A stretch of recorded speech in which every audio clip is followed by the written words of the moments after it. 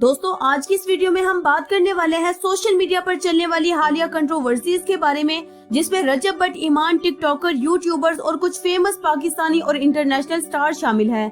तो वीडियो को आखिर तक जरूर देखिएगा। तो दोस्तों सबसे पहले बात करते हैं रजब भट्ट की। जब रजब भट्ट और ईमान की तलाक की खबरें सोशल मीडिया पर गर्दिश कर रही थी, तो फेमस टिकटॉकर कंवल आफ्ताब ने एक पोस्ट शेयर की जिसमें कहा गया कि अगर कोई आदमी वाकई अच्छा है तो उसे अपने आप से ये सवाल करना चाहिए कि क्या वो दुआ करेगा कि उसकी बहन को भी ऐसा ही शौहर मिले। अगर वो दुआ नहीं कर सकता तो उसे अपने रवैये पर गौर करना चाहिए। इसके बाद कंवल आफ्ताब ने एक वीडियो में कहा कि मियां बीवी को एक दूसरे की कदर करनी चाहिए क्योंकि रिश्ता अल्लाह ताला को बहुत पसंद है। साथ ही उन्होंने इस बात की तरफ इशारा किया कि बाज लोग अपनी माँ बहन की कदर करते हैं लेकिन दूसरों की माँ बहन की कदर नहीं करते, और वो इन्हीं लोगों को टारगेट कर रही थी जो रजब भट्ट के दोस्त हैं। कंट्रोवर्सी से व्यूज आते हैं लेकिन ऐसे व्यूज पे लानत भेजें। मेहरबानी एक दूसरे को माफ करना सीखें, रिश्तों का तमाशा ना बनाए, कुछ व्यूज के लिए ना बनाए। हमारी 100 लड़ाई हुई है तो इसका क्या मकसद है? मैं पूरी दुनिया के सामने आकर रोना पिटना शुरू कर दूं या जुल्कर दुनिया के सामने आकर रोना पिटना शुरू कर दे?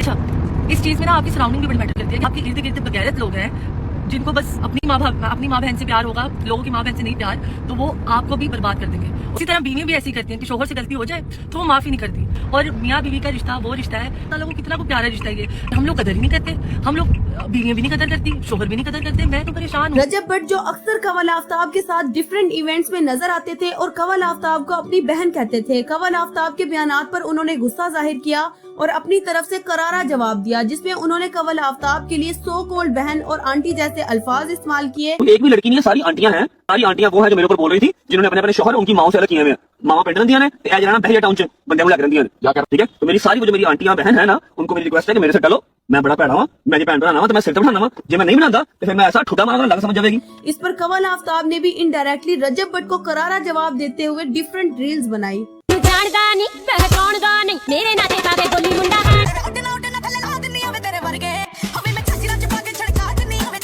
रजब भट्ट ने न सिर्फ कंवल आफ्ताब को सो कॉल्ड बहन कहा बल्कि उनके हस्बैंड जुल्कर नैन को भी सो कॉल्ड भाई कहा। उसके बाद जुल्कर नैन ने भी रजब भट्ट के खिलाफ अपनी बातें लोगों के सामने रख दी। ठीक है, ये शख्स खुद ही मेरी वाइफ को अपनी बहन बनाता है, फिर मेरी जो बेटी है उसको अपनी भांजी बनाता है। जैसे हम अपने लिए सोचते हैं वैसे हम इसके लिए भी सोचते थे। और तू सारे कंटेंट क्रिएटर्स को कह रहा है कि तुम लोगों के बंदे 10-10 सालों से काम कर रहे हैं लेकिन मेरे जितनी अभी भी उनकी औकात नहीं बन पाई। वो क्या हो गया है, क्यों रो रहे हो?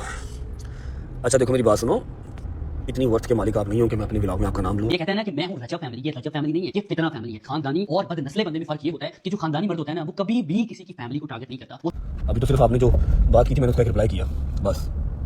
और हाँ, आखिरी बात, अगर कोई खानदान का बच्चा, बुजुर्ग, कोई भी इन्फ्लुएंसर रह गया ना तो उन्होंने भी लाओ, शायद कोई शायद रिपोर्ट लो, जो पहले नहीं पढ़ सके शायद रिपोर्ट लो, ठीक है। एंजॉय करो मेरी जान।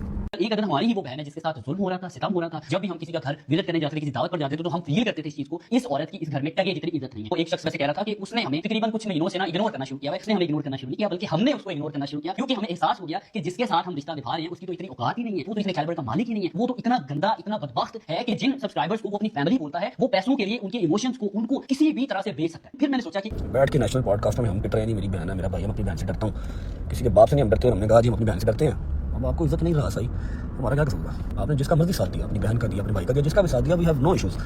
बट द थिंग इज कि आप ये बात नहीं कर सकते कि आपके इर्द गिर्द बगैरत लोग हों। हमें बड़े अच्छे से पता आपके इर्द गिर्द कौन है और आप खुद कौन है। ये कहते हैं ना कि मैं हूं रजब फैमिली। ये रजब फैमिली नहीं है, ये फितना फैमिली है, फितना है। अब मैं इसको फितना क्यों बोल रहा हूं? क्योंकि कभी ये मजहब की तौहीन करता है, कभी ये शिया सुन्नी इख्तिलाफ पैदा करता है, कभी ये किसी की लड़ाई करवाता है। तुम लोग यकीन मानो, तुम लोग मेरी इस बात के साथ 100% मुत्तफिक हो गए कि जब से ये बंदा सोशल मीडिया पर आया तब से बिल्कुल सुकून नहीं है। जब किसी को छेड़ते हैं तो उसके बाद हौसला रखते होते हैं, ऐसे चीखें नहीं मारते। छोटे बच्चे थोड़ी रोई जा रहे ऐसे नहीं करते थे, या पहले छेड़ते नहीं, जब छेड़ेंगे बर्दाश्त करते हैं। मुझे लगा था कुछ नया होगा देखने को, कोई नई FIR होगी या कोई नई टीटो पार्टी होगी या मुझे कहीं पर मिलेंगे भाई। तो मुझे नहीं था पता कि वही सेम काम ही करेंगे कि चलो कंटेंट मिल गया, एंजॉय करो, एंजॉय करो। मैं बताता चलूं, गुजरात एक ऐसा जिला है जहां पर खानदानी लोग बसते हैं, इनके दिल बहुत बड़े हैं। ये मेहमान नवाजी जब किसी करते हैं ना, ऐसे करते हैं, ये ना दिल होता है कि अपने घर की एक एक चीज उठाकर अपने मेहमानों के आगे रखते हैं, और ये जब अपनी आई पर आते हैं ना तो मेरी जान फिर हाय हाय हाय हाय, बड़े बड़ों को ना उनकी नानी याद करवा देते हैं। दोस्तों दीगर टिकटॉकर्स ने रजब भट्ट पर उंगलियां उठाई और कहा कि इसने गरूर पकड़ लिया है, इसने लोगों के साथ बदसलूकी की है और वो असल में इतना खास नहीं जितना लोग सोचते हैं। जुल्कर नैन ने रजब भट्ट की शादी और शादी में होने वाले खर्चे की तफसीलात भी लोगों के सामने रख दी है, जिससे लोगों को लग रहा था कि वो बहुत अमीर है, लेकिन असल में ये सब कोलैबोरेशंस के जरिए हुआ था।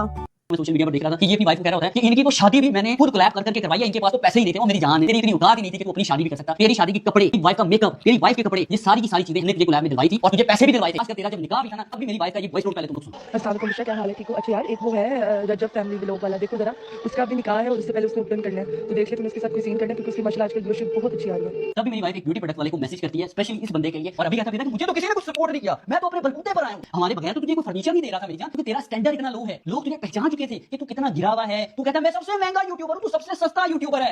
ये जो लोग आजकल आंटीज कर रहे हैं ना भाई साहब, तुम लोग के घर में भी आंटी हैं, देख लो एक दफा नजर घुमा लो इधर उधर, औकात पता चल जाएगी अपनी भी। तू स्ट्रगल नहीं की, तू लोगों ने यूज किया तां तू पागल हो गया। खानदानी बंदे ना बन ही नहीं सकती, सिर्फ ये खानदानी बंदे नहीं बनती, खानदानी बंदे दी खच्चा नाल चपला नहीं बनती। भट्टी साहब तुम्हारी अद्धी जिंदगी ऐसे कशमकश लंघी है कि तुसी बाटो के तुसी भट्टी हो। दोस्तों कुछ लोग ये भी कह रहे हैं कि शायद ये सब कुछ टीआरपी के लिए किया जा रहा है, क्योंकि ये लोग व्यूज के लिए ड्रामा करते हैं, क्योंकि कुछ दिन पहले रजब भट्ट और ईमान की तलाक की खबरें सोशल मीडिया पर पीक पर थी और अब ईद के मौके पर रजब भट्ट ने अपने बेटे और ईमान के लिए खुशी मनाई, जिससे लोग हैरान रह गए और दोबारा फिर लोग सोच में पड़ गए। शुक्र अल्हम्दुलिल्लाह, कहाँ जा रहे हैं आप? सुल्तान बाट के पास आज उनसे मिलना है हमें, आज उनसे मिलना है हमें। किवान की फर्स्ट ईद है तो उसके फादर इसी तो से मिलने जरूर है। मेरी तरफ से ओपन इनविटेशन है, हमारे घर के दरवाजे हमेशा आपके लिए खुले हैं। दोस्तों अब बात करते हैं नूरा फतेही की, जो कि कैनेडियन सिंगर, डांसर और एक्ट्रेस हैं। उनका रीसेंट सॉन्ग आया जिसके लिरिक्स बहुत वल्गर थे और लोगों ने उन्हें टारगेट करना शुरू कर दिया। बाज लोगों ने तो कहा कि उन्हें मुल्क से निकाल देना चाहिए। इस वल्गर सॉन्ग की वजह से नूरा फतेही को डिपोर्ट करने के चांसेस बहुत ज्यादा बढ़ गए हैं, जिसकी वजह से इंडियन ऑडियंस बहुत खुश नजर आ रही है। बहुत से लोगों का कहना है कि सिर्फ नूरा फतेही को ही नहीं बल्कि डायरेक्टर को भी डिपोर्ट करना चाहिए और साथ साथ नेहा कक्कड़ और भी दूसरे ऐसे ही सिंगर्स और डांसर्स को डिपोर्ट करना चाहिए। दोस्तों नूरा फतेही का एक क्लिप सामने आया जिसमें उन्होंने क्लैरिफाई किया कि उन्हें लिरिक्स के बारे में पता नहीं था, लेकिन लोग कहते हैं कि उनके एक्सप्रेशन सब कुछ जाहिर कर रहे हैं। Whatever they've done right now, which is creating a Hindi version and dubbing the voice in Hindi and having those lyrics which are very inappropriate, I had no idea about that. They didn't take any approvals. They didn't take any permission from me. When I was invited for the launch at the event, I sat there and I saw the Kannada version, which first of all I had a major issue with because they didn't take any approvals from me when they created that lyrical version. They used very unflattering photos, and if anyone knows me, they know that I have to approve all my photos. अब बात करते हैं हानिया आमिर की, जो south Asia की खूबसूरत अदाकाराओं में शुमार होती हैं और पाकिस्तान के साथ साथ इंडिया में भी बहुत ज्यादा पसंद की जाती हैं। ईद के मौके पर उन्होंने साड़ी पहनी जिसमें उनका मिडरिफ विजिबल था और यही चीज कंट्रोवर्सी बन गई। कुछ लोगों ने कहा कि ये बंगाली हीरोइन लग रही हैं, इंडियन ऑडियंस को अट्रैक्ट करने की कोशिश कर रही हैं, जबकि दूसरी तरफ बहुत से लोगों ने उनकी तारीफ भी की। दोस्तों आयशा खान को भी तनकीद का सामना करना पड़ा, क्योंकि उन्होंने पहले कहा था कि वो स्लीवलेस ड्रेसेस नहीं पहनती, लेकिन चांद रात पर उनकी ड्रेसिंग देखकर लोगों ने कहा ये तो अपनी बात से मुकर गई, और कुछ लोगों ने कहा कि वो दिन ब दिन ओवर होती जा रही हैं। दोस्तों इसी तरह फहद मुस्तफा और माहिरा खान की नई फिल्म आग लगे बस्ती में रिलीज हुई और सिनेमा में उनके टाइट हक के मनाजिर ने भी पब्लिक रिएक्शन को तकसीम कर दिया है। कुछ लोग कहते हैं कि पब्लिक में ऐसा नहीं होना चाहिए, लेकिन बहुत से लोगों का कहना है कि अगर ऑन स्क्रीन देखा जा सकता है तो ऑफ स्क्रीन क्यों नहीं। ये डिबेट भी सोशल मीडिया पर काफी जोर पकड़ चुकी है। तो दोस्तों ये थी आज की वीडियो में तमाम कंट्रोवर्सीज और डिबेट्स। अब आपके ख्याल में सेलिब्रिटीज को सोशल मीडिया पर हर चीज के लिए ट्रोल किया जाना चाहिए या फिर लोगों को ये समझना चाहिए कि वो भी इंसान है और उनसे भी कुछ गलतियां हो सकती हैं। रजब भट्ट और ईमान के हवाले से आप क्या सोचते हैं? क्या ये सब टीआरपी के लिए ड्रामा कर रहे थे या वाकई सिचुएशन ऐसी थी? अपनी राय कमेंट्स में जरूर दीजिएगा। वीडियो को लाइक और चैनल को सब्सक्राइब करना ना भूलिएगा। मिलते हैं अगली वीडियो में, तब तक के लिए अल्लाह हाफिज।